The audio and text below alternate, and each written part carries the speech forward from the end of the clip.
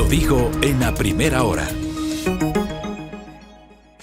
7 de la mañana con 9 minutos, amigos. Esto es A Primera Hora por la señal de Armónica FM. Continuamos con las entrevistas y lo habíamos anunciado en el bloque anterior. Estaremos hablando de cuáles son las deudas en materia social que nos deja este 2023 y para ello hemos invitado a Berenice Cordero, exministra de Inclusión Económica y Social, y a Sibel Martínez, directora de Rescate Escolar. Ambas están ya conectadas vía telemática con nosotros y les damos la más cordial bienvenida. Berenice, un buen día. ¿Nos escucha?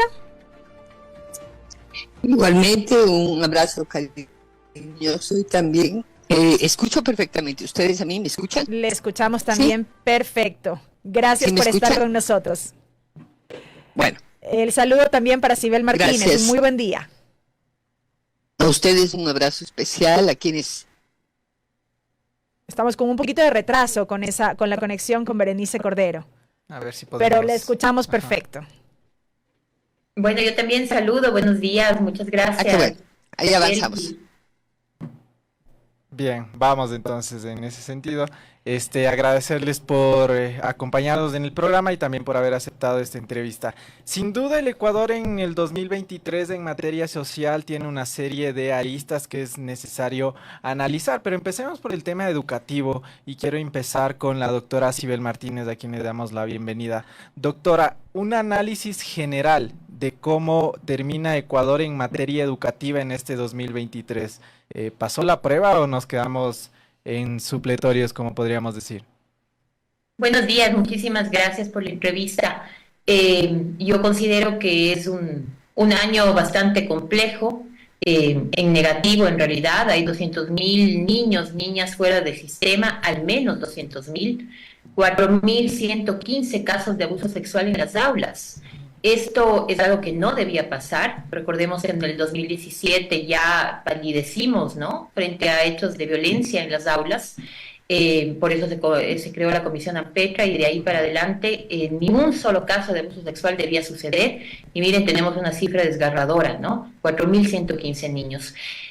Asimismo, hay niños, sobre todo adolescentes, digamos, que han dejado de estudiar para unirse a bandas criminales. Y creo que esta forma de violencia es una que no estaba ni siquiera en nuestro imaginario y que hoy tenemos que sumarla cuando hablamos de violencia escolar.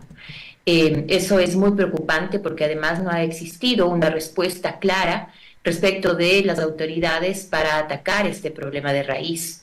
Y efectivamente algo que también nos llama mucho la atención es que de estos adolescentes que se gradúan, 200.000 jóvenes quedan fuera de la universidad cada año. Entonces, si tendríamos que hacer un balance respecto al tema de educación, deberíamos decir que quizá lo que ha primado es la falta de respuesta frente a la violencia, que en todas sus formas y manifestaciones se expresan alrededor de las escuelas como dentro de las escuelas. Y de esa misma forma, también no ha habido una respuesta por parte del gobierno del señor Lasso respecto a este tema, ¿no es cierto?, a proteger a los niños en todo contexto en que se desenvuelvan, incluidas las escuelas. Ahora, en ese sentido usted menciona dos puntos importantes: la educación como consecuencia de una falta de políticas públicas donde los estudiantes son captados por los GDOs, por los grupos de delincuencia organizada, y también por otro lado el tema de abusos sexuales en los colegios. Vamos por el tema de seguridad, sin duda que es el tema de coyuntural que lamentablemente todos los días estamos tratando. ¿Hay un análisis tal vez o hay una data levantada, doctora Martínez, de cuántos niños o cuántos estudiantes de las escuelas y colegios estarían tomados o tal vez estarían involucrados con los grupos de delincuencia organizada precisamente por esta falta de acción en el sector educativo, doctora? No, el dato que yo le refiero de más de 1.300 adolescentes que han dejado de estudiar y se han unido a bandas criminales es un dato, un informe dado por la policía. Sin embargo, yo creo que existe un subregistro, primero, porque están dejando de lado a las niñas y adolescentes, que también son muchas veces forzadas a formar parte de estas bandas, pero además porque no ha existido una investigación formal al respecto, muy necesaria, por cierto, ¿no? No podemos hacer política pública en este país si no tenemos data clara. Lo que no se mide no se mejora. Y eso es algo que de manera constante vemos a la hora de hablar de temas de protección social, a la hora de hablar de bienestar, ¿no? Es decir, de hablar de los grupos de atención prioritaria que están en la Constitución, pero que parece que con el pasar de los años han quedado olvidados y ninguna autoridad hace énfasis en su protección, digamos, especial y reforzada, ¿no? A la que tienen derecho, entre ellos los niños. Entonces, ya quisiéramos tener un informe claro respecto a este tema, son datos de la policía, pero yo creo que existe un subregistro porque no ha existido en realidad una investigación clara, contundente, que nos pueda dar, digamos, o especificar qué está pasando con la niñez con relación a la violencia y más aún con la violencia organizada. Gracias a Sibel Martínez. Doy paso ahora a Berenice Cordero para seguir en el análisis de esta arista, el tema educativo en el ámbito de estas deudas que en materia social nos deja este 2023. Hacíamos referencia ya con Sibel Martínez a este alto porcentaje de deserción, falta de respuesta frente a la violencia, decía ella, la pobreza sin duda. Y yo quiero añadir algo también, los rezagos de la pandemia. Si bien es cierto, estamos en esta época post pandemia, evidentemente esto tuvo una alta incidencia en lo que tuvo que ver con la deserción de estudiantes en el ámbito educativo. Berenice Cordero, su análisis o su balance preliminar.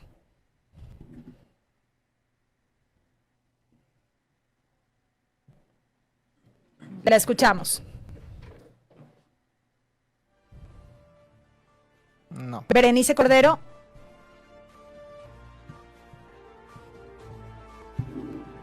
Creo que tenemos alguna dificultad con Berenice Cordero, exministra de Inclusión Económica y Social, a quien hemos invitado también a este panel. Ahí la tenemos. Creo que voy nuevamente. Ahí estamos. Bueno, ya como señala Sibel, yo creo que el país está viviendo un círculo vicioso, ¿no?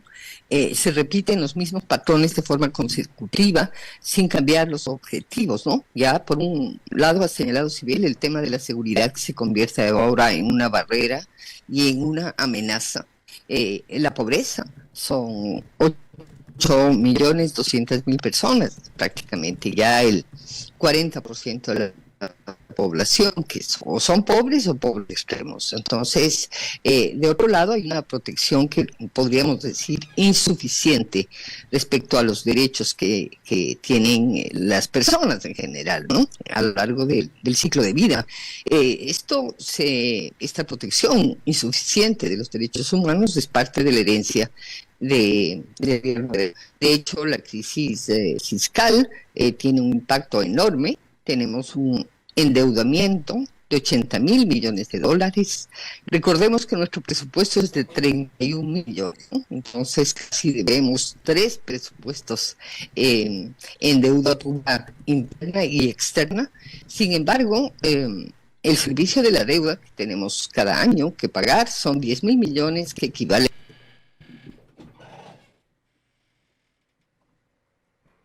Bien.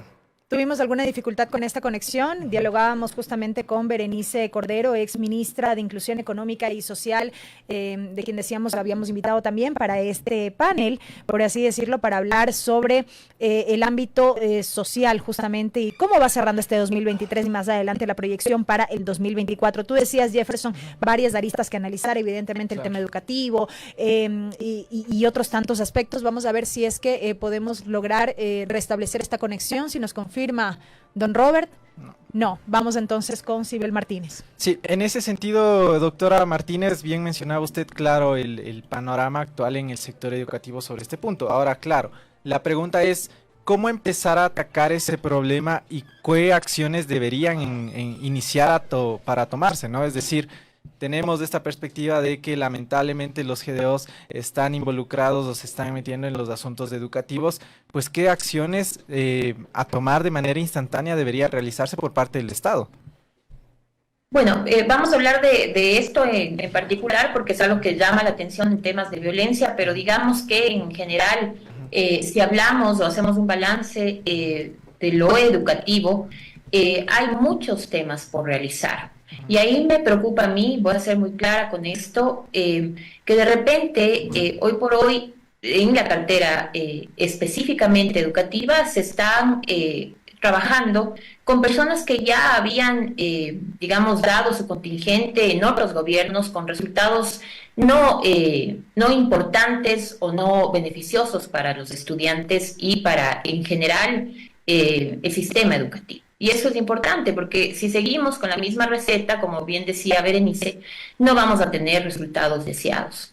En términos de violencia en las escuelas y específicamente con relación a la criminalidad, digamos, no podemos únicamente tratar este tema dentro de lo educativo. Yo creo, y siempre es así, cuando se trabaja en materia de niñez y adolescencia hay que mirar desde la integralidad y por lo tanto las políticas deben ser holísticas, integrales, ¿no? Sistémicas. Y eso es algo que ojalá se pueda dar. El día de ayer yo veía que se habían reunido varias carteras de Estado para trabajar, por ejemplo, temas de la alimentación escolar. Y eso hay que rescatar dentro de lo que quizá podamos criticar. El tener una mirada integral a la hora de hablar de niñez y adolescencia es muy importante. Entonces, si usted me pregunta respecto al tema de la criminalidad, yo le diría que la respuesta no es una sola y no va únicamente de parte del Ministerio de Educación, sino que debe ser un trabajo holístico y para eso tienen que poner a funcionar el sistema de protección de derechos de los niños. El problema ahí es que, por ejemplo, no existe el ente rector de la política pública de los niños y, por lo tanto, ya lo ha dicho el defensor del pueblo en el último informe que emitió respecto al abuso sexual, que nos deja además claro que somos un país abusador de niños, abusador sexual de niños y niñas, y eso es algo muy grave, ¿no? Quizá eso es lo Sobre peor, ese punto, doctora, tenemos que hacer un balance, ¿no? En temas de niñez. sobre ese punto, doctora, permítame llevar la conversación hacia ese lado, ¿no? Que también ha sido noticia lamentable estos últimos meses, lo sucedido en el Colegio San Gabriel, donde se suspendieron incluso las actividades por un presunto caso de abuso sexual que bien se lo mencionaba. Desde esa arista, en cambio, ¿cómo está la situación? Porque nos habíamos quedado tal vez en los casos que habían sucedido en años anteriores con denuncias de abuso sexual en las aulas, pero este patrón se vuelve a repetir años después. Hoy por hoy, ¿cómo está la situación en el Ecuador en relación a casos de denuncias de abuso sexual en las escuelas y en los colegios? Yo le diría que la conclusión para mí, dura, por cierto, pero es esa. Somos un país en donde la violencia sexual infantil es sistémica. Y ese es un patrón, además, a ser considerado, un patrón incluso cultural, creo yo. Y frente a ese tema no se ha hecho mayor cosa. Seguimos dando vueltas en círculos, ya nos dirá Berenice también esa mirada, ¿no? Porque ella también tiene mucha expertise en temas de niñez y adolescencia. Y lastimosamente es así, nos duela o no, somos un país que maltrata, que violenta a nuestros niños. Gracias a Sibel Martínez. Ya pudimos restablecer este contacto con Berenice Cordero para que por favor nos ayude complementando la idea que justamente estaba exponiendo y hablar sobre este aspecto que también es importante y que tiene que ver con la violencia en contra de niñas, niños y adolescentes en el país. Berenice. Sí, gracias. Qué pena la conexión, a veces la lluvia digamos, afecta, ¿no? Estaba diciendo que es este círculo vicioso, ¿no? Este es un círculo que se repite y se repite, y decía yo, ¿no? 10.000 millones para el sector social sigue siendo muy poquito, ¿no? De hecho, 1.600 millones para el MIE, 5.000 para educación, 3.000 para salud. Pero fíjese que ahora justamente estamos compitiendo, Belkis y Jeff, estamos compitiendo con seguridad, ¿no? Y con defensa, que llega a 2.800 millones, prácticamente lo que le cuesta al país la salud pública, ¿no? Entonces, esta crisis, digamos, multidimensional, que es una crisis que afecta la violencia en la obviamente de las familias, llevo unos datos del Ministerio de Gobierno, y fíjese que una de las fuentes, las razones por las cuales se detiene a los a los perpetradores es la violencia intrafamiliar, 137.000 detenciones y otras tantas también por violencia de género y contra la mujer, que son cerca de 45.000. Entonces, en ese sentido, ¿no? De hecho, esta crisis multidimensional, que es política, social, que es fiscal, que tiene que ver con la impunidad y con variables tan complicadas como la corrupción, digamos, han precarizado los servicios sociales, ¿no? La ineficiencia, ¿no? Y 40% de familias sin ingresos para cubrir, digamos, básicamente las necesidades básicas, ¿no?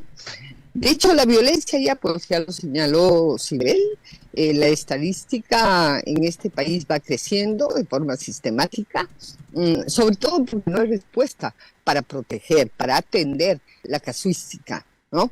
Es decir, no hay servicios, prestaciones que ayuden, una red de protección con psicólogos, trabajadores sociales, que ayuden a tratar cada uno de los casos. Eso es responsabilidad, obviamente, del Ministerio de la Mujer actualmente, pero también del MIES, también de Salud.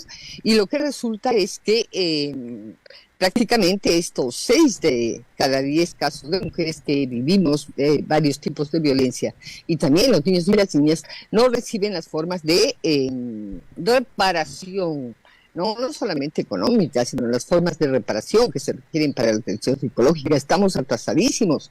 Uno de los errores tan grandes de Lazo fue justamente apenas una asignación de $24 millones para el Ministerio de la Mujer y Derechos Humanos para que se ejecute en 4 años, ¿no?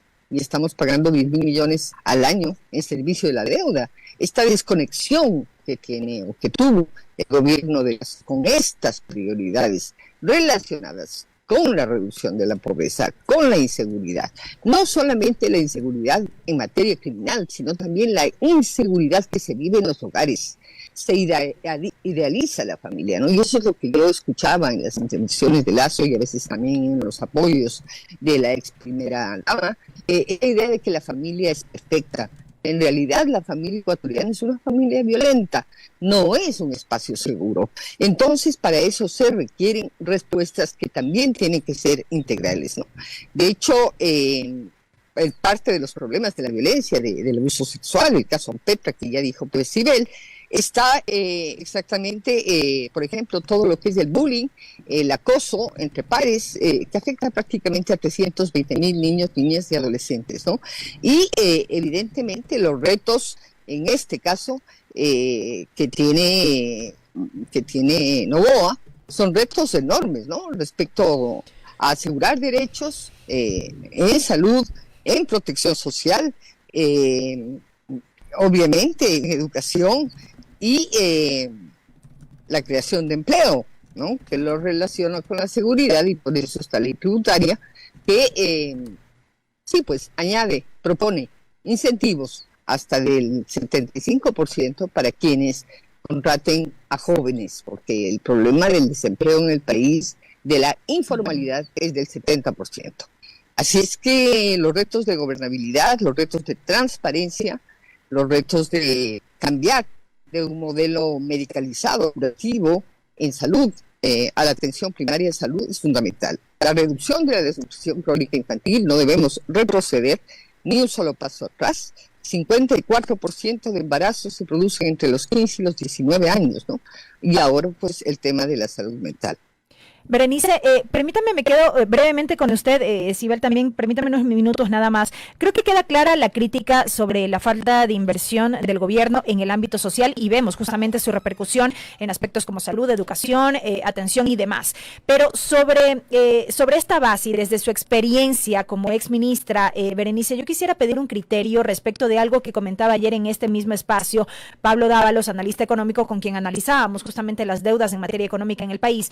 Él decía más o menos que los gobiernos dejan de invertir, por ejemplo, en el ámbito social por exigencia de los multilaterales. ¿Qué criterio le merece a usted este planteamiento?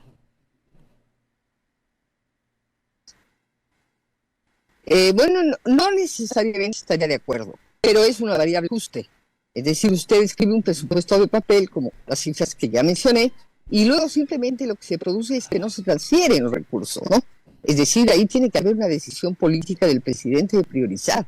Fíjese que en este año 2023, que estamos ya terminando, el gobierno justamente, no ha solucionado el problema, pero se produjo una especie de entrega de recursos para el Ministerio de Inclusión Económica y Social a cuentagotas. Eso hace pues que haya una ineficiencia terrible, una cantidad de procesos. Y entonces es que no tenemos claridad, ¿no?, de que hay una prioridad que se tiene que cumplir. Porque ¿qué es lo que la gente necesita en este país? Si no tiene ingresos para pagar la salud privada, si no tiene ingresos para pagar la educación privada, si no hay capacidad de respuesta para enfrentar la violencia dentro de las familias, y si las mujeres tienen que asumir el costo, ¿no?, porque ese es el costo de muchas mujeres para poder resolver, y los niños tienen que pagar servicios privados, entonces estamos hablando de que sí, el sector social suele ser una variable de ajuste. ¿Y cómo se hace? Lo que se hace es no transferir los recursos a tiempo. Respecto a los organismos internacionales, a mí me parece que, de lo que he escuchado en las reuniones que he tenido con el BIF, en experiencia, ya como usted menciona, en el Banco Mundial, más bien ellos proponen que se extienda la red de protección social, o sea, esto que llamamos BORS, pero junto a servicios eficientes, es decir, tanto en salud como en educación, como en el cuidado infantil, en el cuidado del adulto mayor, en el cuidado de las personas con discapacidad.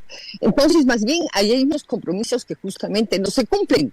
En el caso de Lazo, sí hubo una visión tremendamente ortodoxa, esta obsesión por pagar, no a los niños, no la deuda con los niños, no la deuda con los servicios de salud, de educación, sino mantener a raya un déficit fiscal que resulta ahora una cifra imaginaria que no sabemos de cuánto mismo es. Eso crea problemas de gobernabilidad que luego se van a trasladar a las calles. Ese malestar social de no encontrar una respuesta pública como es la obligación, como dice la ley, como dice la Constitución, el no entender que son derechos, que esto no es caridad, que no es dádiva, es lo que justamente produjo este desencanto que nos llevó a una situación totalmente atípica como fue la muerte cruzada. De manera que yo no entendería, yo no creería, en mi experiencia al menos, sino más bien han buscado fortalecer este tipo de servicios. Pero claro, más bien de la política social, ¿no? Pero como usted ve, la pobreza sigue aumentando prácticamente desde el año 2018. El endeudamiento, fíjese, en el año 2007 debíamos solo 13.000 millones. La verdad es que ahora vivimos del endeudamiento público, externo e interno. En este tipo de circunstancias el país está totalmente hipotecado.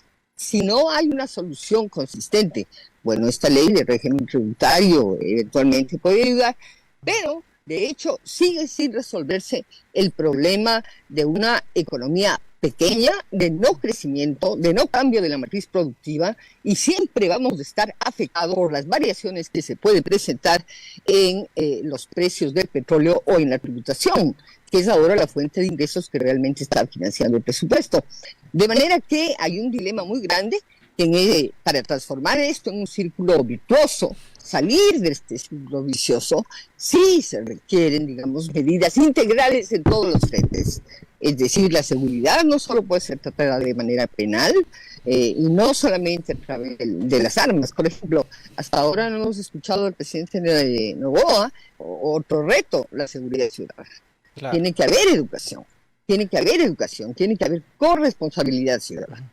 Bien menciona Berenice estos otros aspectos dentro de la discusión en el ámbito social, ¿no?, que van conllevando también la conversación del día de hoy. Ahora, Berenice también nos traslada uno de los temas que teníamos dentro del análisis para el día de hoy, y regreso con Sibel Martínez.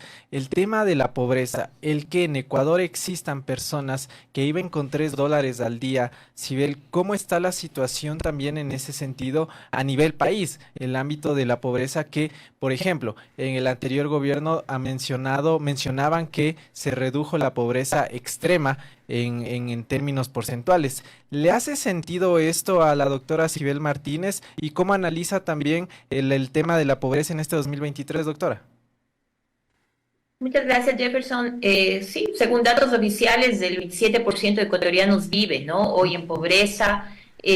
casi 5 millones de personas subsisten con $3 al día, como usted comentaba, y de la mano de eso también 7 millones de personas enfrentan hambre, ¿no? Claro. Y creo que cuando hay miseria, cuando hay pobreza, cuando hay hambre, no podemos hablar de ninguna mejora sustancial, porque creo además que todo lo que los flagelos sociales van atados a esto. O sea, si no mejora la calidad de vida de las personas, si hay personas que tienen hambre, si hay personas que no comen una vez al día o pasando un día pueden adquirir alimentos, estamos hablando de una vida indigna, ¿no es cierto? Y estamos hablando de pobreza multidimensional extrema que impide que las personas puedan acceder a servicios de salud, educación, protección social, entre otros. Entonces, el panorama para mí sigue siendo desolador.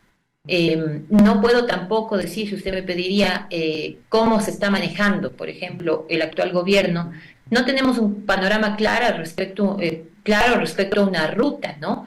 Frente a estos flagelos sociales graves. Desde una mirada integral, como yo decía, estos temas deben ser tratados con esa visión, ¿no? No se puede tratar de forma aislada, y es por eso que para mí el poder mantener ciertos programas son importantes, por ejemplo el tema de la desnutrición, pero si vamos a hablar por ejemplo de la desnutrición crónica infantil, no sé hasta qué punto estos porcentajes que hablaba el anterior gobierno sean ciertos. ¿Por qué? Justamente por lo que usted me pregunta, ¿qué pasa con la pobreza? Si no mejoramos, ¿no?, esa calidad de vida de los ecuatorianos, mal podemos decir que estamos mejorando en todo sentido. Por eso hay una migración también tan grave, ¿no?, en este país. Por eso somos un país expulsor de personas. Y eso también hay que decirle, de niños que salen no acompañados, ¿no? Al menos 4.000 niños registrados en el 2023. Yo creo que al final del día también se concatena con el trabajo, ¿no? Y en términos de trabajo, también deberíamos decir que efectivamente se entiende que hay una mejora, pero esta mejora va de la mano de la informalidad y no realmente de la mano del empleo pleno. Entonces, lo que quiero decir con esto es que al final del día no podemos tratar uno solo de estos flagelos sin mirar el resto. Es decir, la pobreza se da también por la falta de oportunidad, esa falta de empleo. La migración va de la mano de esto también, ¿no es cierto? La familia violenta de la que hablaba Berenice tiene que ver también con esto, ¿no es cierto? ¿Cómo uno puede vivir en tranquilidad si no tiene que comer? Claro. Y entonces, cuando vamos a atacar todos estos flagelos, quizá sí hay que poner énfasis en esa pobreza, pero ahí yo le diría algo y diría en general algo.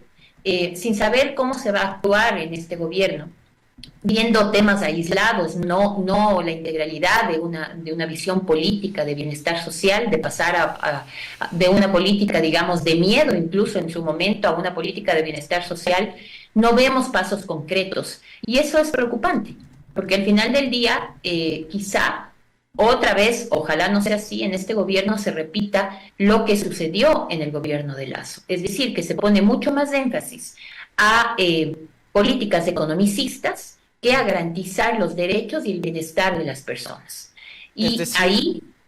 Sí, es decir que claro, desde esta política que usted ha visto plasmada en el plan de gobierno del actual presidente, no está viendo o no ha visto una hoja de ruta enfocada precisamente en políticas sociales. No, yo he visto temas aislados. Y, por ejemplo, si le vamos a tomar el pulso al actual gobierno, recordemos que, por ejemplo, el presidente Noboa ofreció implementar un sistema nacional de guarderías para las madres, por ejemplo, claro, para que puedan salir a trabajar, ¿no? Y sus niños queden atendidos, niños menores de 2 años. Por ejemplo, eso es algo que hay que tomar el pulso y hay que preguntar si es que se va a hacer, ¿no? No podemos tampoco pretender que en un mes se haga, claro, pero sí podemos ver a breves rasgos cuál va a ser el manejo. Este tema de incentivos que está en la ley de urgencia económica, pero también hay que hablar que la ley de urgencia económica no es la mejor o no es lo que esperábamos en general todos nosotros o los ciudadanos de a pie, que vemos cómo se dan incentivos a las grandes empresas y nosotros al final del día tenemos que pagar los platos rotos, ¿no? Ahora sabemos que las personas que llevan ingresos o van a tener ingresos de casi $1.000 van a tener que pagar impuesto a la renta. Entonces, hay ciertas cosas buenas, como estos incentivos que llegan hasta el 75% si se contrata gente joven, pero tampoco vemos una claridad en cómo atacar esta crisis, que yo diría es una policrisis la que enfrentamos en el país, que no ha tenido una respuesta urgente y que puede al final del día convertirse en una crisis humanitaria. Estamos frente a un Estado débil también, y eso hay que analizarlo, porque ese Estado débil hace que no tengamos institucionalidad, y por lo tanto no tengamos servicios y no tengamos respuestas eficientes y eficaces frente a estos flagelos. Gracias, Sibel. Yo quisiera quedarme con Berenice Cordero en el análisis de esta misma temática, porque Sibel Martínez ha puesto sobre la mesa el tema de que no existe claridad, de que no hay pasos concretos por parte del actual gobierno en lo que tiene que ver con estos aspectos que involucran a lo social. Y ahí, Berenice, sí quisiera su reflexión respecto de este tema, porque si bien es cierto, Daniel Noboa lleva un poquito más de un mes al frente del gobierno como tal, en la presidencia de la República, lo cierto es también que en efecto no se vislumbra un plan o acciones concretas que involucren no solamente lo que tiene que ver con la atención en lo social, sino en diferentes frentes. Sí, es correcto. Bueno, de acuerdo a mi experiencia en el sector público, que he tenido la oportunidad de servir, 1 año y medio, 2 años, es bastantísimo tiempo. Es decir, hay una capacidad extraordinaria de tiempo para hacer las cosas. Yo no concuerdo cuando dicen que 1 año y medio de sector público, de servicio público, es muy poco tiempo. No, en realidad es un tiempo bastante interesante para tomar decisiones, para ajustar, para llevar adelante programas. En general, mire, los planes de gobierno que yo revisé, casi todos los candidatos, lo que era observado, o digamos lo que es claro, es lo que ya mencionó la Sibel, es decir, una ausencia de los cómo, ¿no? ¿Cómo lo van a hacer? Es decir, esta hoja de ruta que significa cómo van a transformar esas declaraciones, esas buenas intenciones, ¿cómo es? ¿No? Ese es uno de los problemas, es decir, el qué, había como coincidencia, unos énfasis más, unos énfasis menos en ciertos temas, bueno, y una población joven que quería que cambie, ¿no? Ya de este clivaje, correísmo, anticorreísmo, salir de eso, y pues así gana Noboa, y en el caso de Noboa había un solo punto que a mí me llamó muchísimo la atención, que es el de la población LGBTI. Prácticamente, bueno, también el plan de Otto Sonnenfeld tenía una declaración específica y muy programática sobre qué hacer respecto a la población LGBTI. Esto es un llamado de atención también. Sí, el tema de las guarderías, o sea, sí, estos centros de cuidado infantil, solo el 17% de los niños ecuatorianos tienen un servicio de cuidado infantil. Ahora, si hablamos de personas con discapacidad, no llegamos ni a 65,000 que sean atendidas, ¿no? En el caso de los adultos mayores son 100,000. El déficit de un sistema de cuidados impide la inserción laboral de las mujeres y, digamos, afianza este patrón de cuidadoras y afianza también un patrón discriminatorio que hace que básicamente a lo largo del ciclo de vida las mujeres estemos cuidando a personas que tienen discapacidad, adultos mayores, niños, etcétera. En esas condiciones, evidentemente que las posibilidades de transformación, no solamente respecto a la violencia, sino al rol de las mujeres en la sociedad, se ven muy limitados. Él también habló de que era una prioridad, dijo Noboa, trabajar de forma integral los ingresos de las mujeres, como un problema crítico, ¿no? Aparte de las guarderías, aparte de la seguridad, aparte de los ejes de estos que liga empleo con seguridad, lo cual es así, claro, por supuesto, pero también algún rato hablábamos con Sibel en otro espacio del problema de las omisiones de las familias. Es decir, las familias tampoco estamos protegiendo a nuestros hijos. No es solamente una responsabilidad estatal. Las familias también cometemos omisiones. Entonces, de hecho, las bandas criminales que ahora captan, ¿no? Cooptan a los niños para luego convertirlos, digamos, en actores de hechos violentos y criminales, muchas veces las familias también sometidas a vacunas, porque no es que las vacunas se producen solamente en los casos de, digamos, de establecimientos comerciales, no, también en los barrios, en las estructuras directas de las familias, ¿no? En altavoces pasan las personas ofreciendo créditos como formas de extorsión, porque justamente, imagínese, la angustia, imagínate que tiene una familia que no puede dar de comer a sus hijos.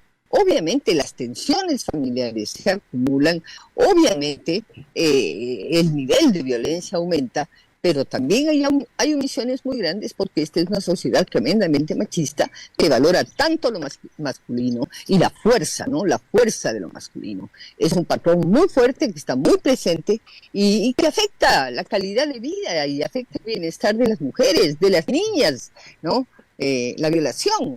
2.000 nacimientos al año de niñas de menores de 14 años.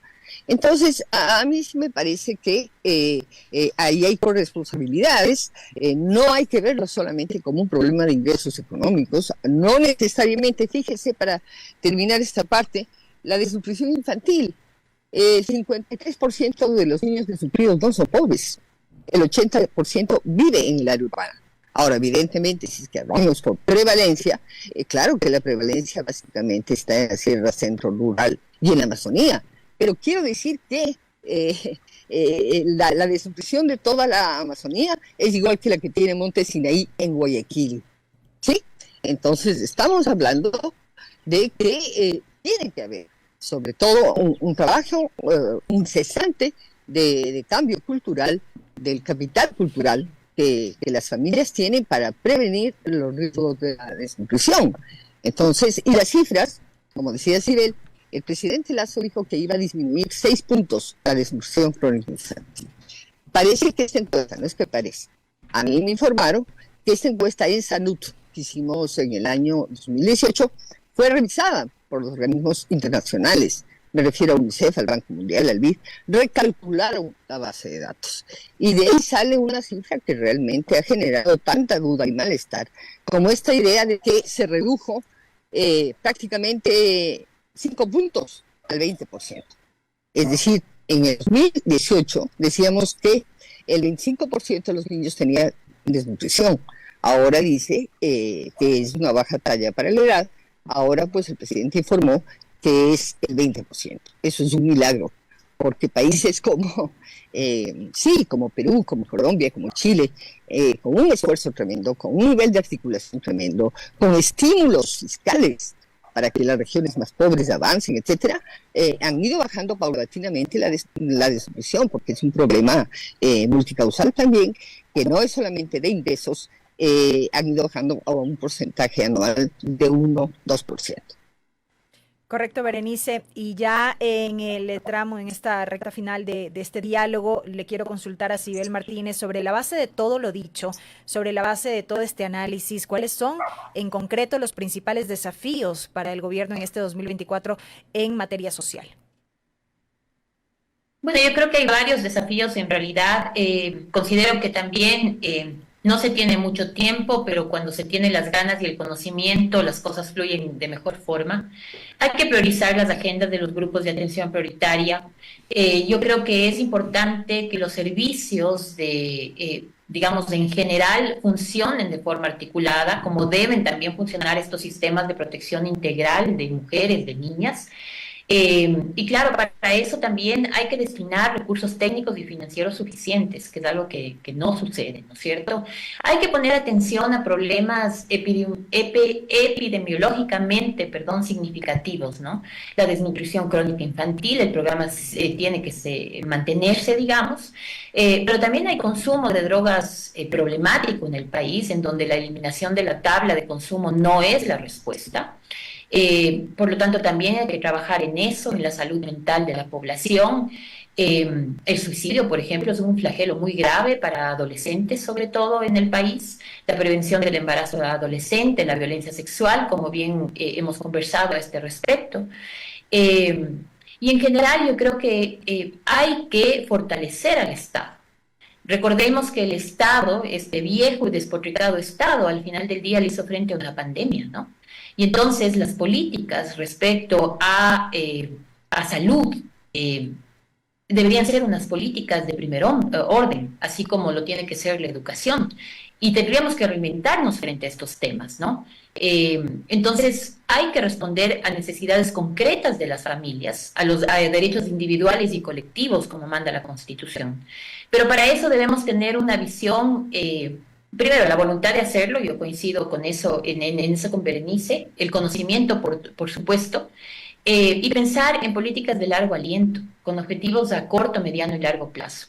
Y esto que suena así como muy técnico se traduce en mirar desde o poner en el centro a estos grupos de atención prioritaria para poder, a través de su centralidad, crear políticas públicas integrales y no solamente, digamos, tomar decisiones parche que al final del día pueden empeorar la situación que hoy por hoy vivimos, que no es una situación grave, que no es una situación, digamos, fácil, es grave, pero que se tiene que comenzar a trabajar con una visión de derechos. Aquí eso es lo importante. Yo no sé si es que este gobierno actual tenga esa visión.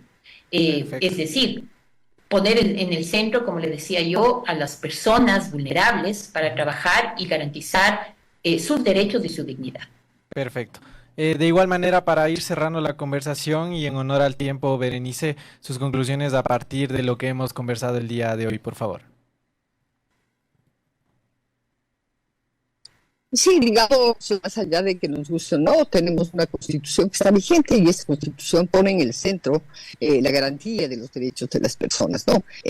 Independientemente de la edad, etcétera, del origen étnico, de sus valores religiosos, etcétera, ¿no? Entonces yo creo que hay que tener muy claro que no estamos hablando de una acción social asistencial, estamos hablando de derechos que se tienen que garantizar. Es decir, esto no es una dádiva. Y creo que esa orientación es fundamental para entender realmente la centralidad que tiene la protección de los derechos humanos en la política social, ¿no? Se siguen hablando de usuarios, se sigue hablando de... No. Son personas, es decir, no es el usuario, no es el beneficiario, ¿no? Pareciera ser que la acción pública se transforma, sí, en una especie de caridad, ¿no? Y eso es exactamente lo que tiene que cambiar. Y hay que hacer referencia explícita, es decir, cuando se toma una decisión pública, tiene que basarse en el marco constitucional y los marcos normativos que están vigentes. Ese es mi criterio, porque si no perdemos norte, perdemos orientación y perdemos justamente el acuerdo que nos refundó en el año 2008. Es decir, esa constitución es la que está vigente. Si cambiara eso, podemos hablar. Si retrocediéramos, podríamos hablar. Pero en estas condiciones actuales, yo creo que parte del problema fue eso, ¿no? Lasso no entendió que esto es el fundamento que cohesiona la convivencia social democrática y lo que puede producir igualdad y equidad.